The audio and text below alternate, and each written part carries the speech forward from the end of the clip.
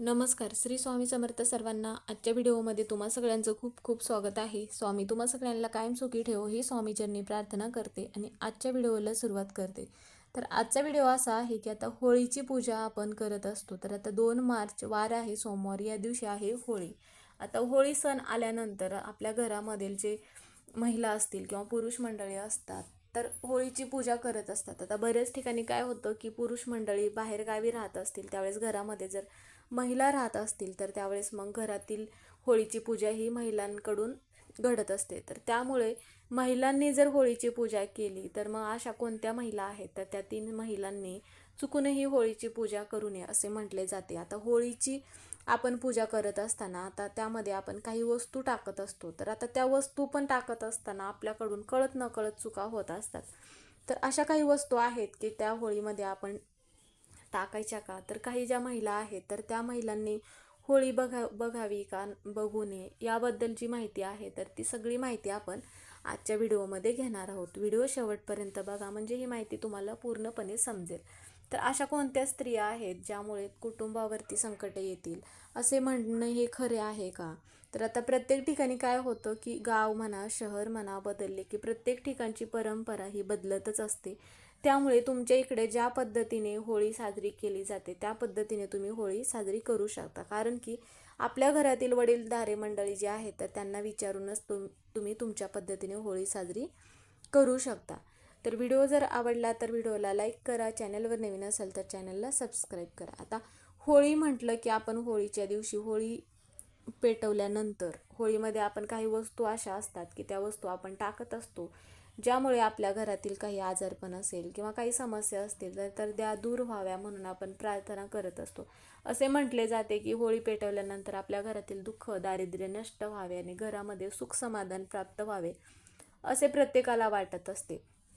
आता या वस्तू आपण सार्वजनिकच होळीमध्ये टाकायच्या का किंवा आपण ज्यावेळेस आपल्या घरापुढे होळी पेटवत असतो त्यावेळेस तिथेच आपण वस्तू टाकायच्या का असा बऱ्याच जणांना प्रश्न पडतो. त्यामुळे तुम्ही तुमच्या घरापुढे जरी होळी पेटवली तर तिथे पण काही वस्तू टाकू शकता जेणेकरून तुमच्या घरामध्ये जर काही समस्या असतील तर त्या दूर होतील. आता बऱ्याच वेळा काय होतं की फ्लॅट सिस्टीम असल्यामुळे तर दारापुढं तर होळी पेटवता येत नाही. त्यामुळे मग सोसायटीमध्ये सगळ्यांची एकत्र होळी पेटवली जाते. त्यावेळेस आपण आपल्या घरातील म्हणा आपण आणलेल्या शेणाच्या ज्या गौऱ्या आहेत तर त्या आपण आपल्या 5 गौऱ्या नेऊन तिथे द्यायच्या आहेत आणि तुम्हाला जे आपण काय उपाय करायचे आहेत ते उपाय मग त्या होळीमध्ये तुम्ही करू शकता. तर त्यासाठी आपल्याला काय करायचं आहे, होळीमध्ये आपण नारळ टाकत असतो तर तो नारळ टाकत असताना ते जे नारळ आहे तर ते पाणी नसलेला म्हणजेच की खोबरं असलेला आपल्याला नारळ टाकायचा आहे. किंवा मग तुम्ही खोबऱ्याची वाटी पण त्यामध्ये टाकू शकता. पण होळी पेटवण्या अगोदर आपल्याला काय करायचं आहे, होळीच्या खाली कुंकू टाकायचं आहे. आता आपण होळी पेटवत असताना ऊस लावतो हे तर सगळ्यांना माहितीच आहे. आता हा जो ऊस लावत असतो तर त्यावेळेस बाजूने तर तो ऊस जो आहे तर तो ऊस लावत असताना त्या ऊसाला आपल्याला पाने आहेत असंच आपल्याला ऊस लावायचा आहे. आता बऱ्याच वेळा काय होतं की ऊस जर असेल तर मग पाने नसतील असा मग जसा भेटेल तसा ऊस काही ठिकाणी आणला जातो आणि मग तसाच लावला जातो. ऊसाला जर पानं असतील तरच मग आपल्याला तो ऊस जो आहे तर तो लावायचा आहे होळीच्या बाजूने. आता होळी पेटवताना बऱ्याच जणांना असे म्हटले जाते की होळी पेटवत असताना बघू नये असे म्हणतात.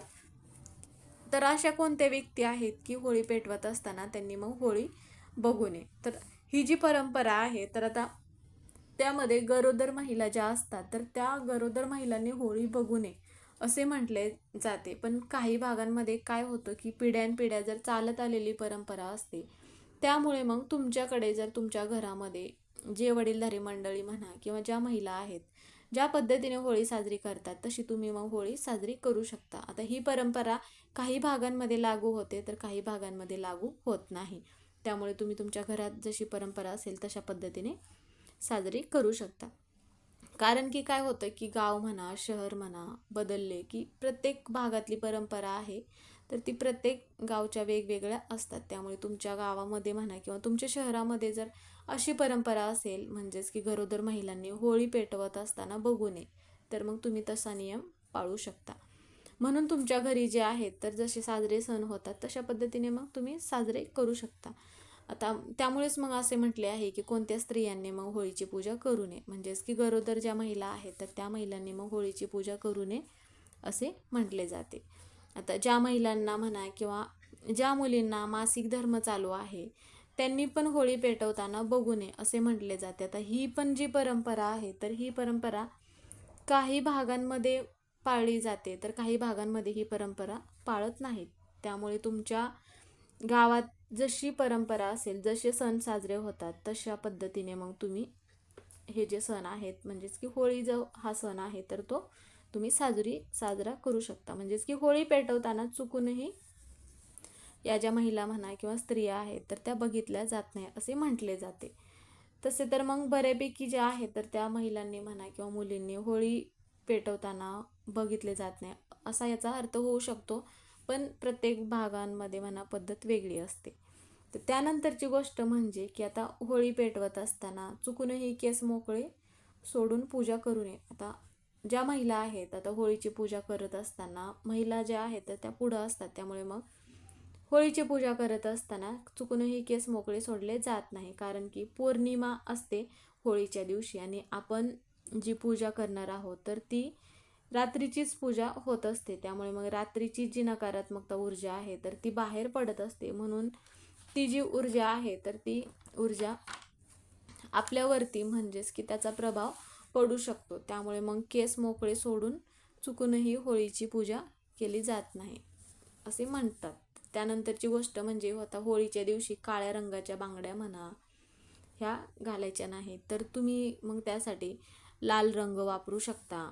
आपण काळ्या रंगाचे कपडे परिधान केले तर नकारात्मक ऊर्जेचा जो प्रभाव आहे तर तो पडत असतो.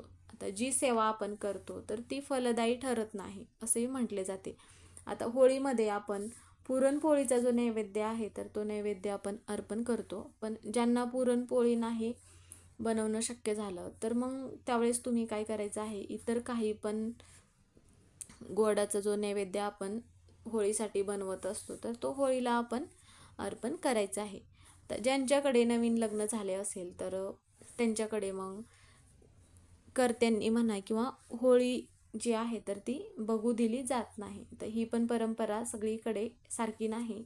त्यामुळे तुमच्याकडे जशी पद्धत असेल तशी मग तुम्ही हा जो नियम आहे तर तो पाळू शकता. कारण की घरातील आपल्या ज्या रूढी परंपरा, आपल्या घरातील वडीलधारी जे मंडळी आहेत ज्या पद्धतीने आपले सण साजरे करतात त्या पद्धतीने पण तुम्ही मग सण साजरे करायचे आहेत. आणि दुसऱ्या दिवशी त्या होळीतील जी राख आहे तर ती राख मग आपल्या घरातील जी व्यक्ती आहे, घरामध्ये जर एखादी व्यक्ती सतत आजारी असेल तर त्या व्यक्तीला काय करायचं आहे, त्या होळीची राख आपल्याला घ्यायची आहे आणि त्या व्यक्तीला लावायचं आहे. त्याचप्रमाणे घरातील लहान मोठ्या व्यक्तींना पण तुम्ही ही जी राख आहे तर ही राख लावू शकता. आता घरामध्ये पण ही जी राख आहे तर सगळीकडे थोडीशी शिंपडायची आहे, जेणेकरून आपल्या घरातील नकारात्मकता दूर होते. घरातील आजारपण असेल त्या व्यक्तीचं तर आजारपण बरं होतं, घरामध्ये सुख समाधान नांदते. तर आपल्या घरावरती जे काही संकटे येत असतील तर ते संकटे पण या होळीमध्ये जळून खाक होतील असे म्हटले जाते. म्हणून मग तुम्ही ह्या ज्या गोष्टी आहेत तर ह्या चुकूनही ह्या चुका करू नका. आणि ज्या स्त्रियांबद्दल सांगितलं आहे किंवा मुलींबद्दल तर तुमच्या इकडे जर असे नियम असतील तरच तुम्ही हा नियम पाळायचा आहे. तर मग आजचा व्हिडिओ हा इथेच संपला. व्हिडिओ कसा वाटला कमेंट करून नक्की सांगा. कमेंटमध्ये श्री स्वामी समर्थ हे लिहायला विसरू नका. व्हिडिओ पूर्ण बघितल्याबद्दल धन्यवाद.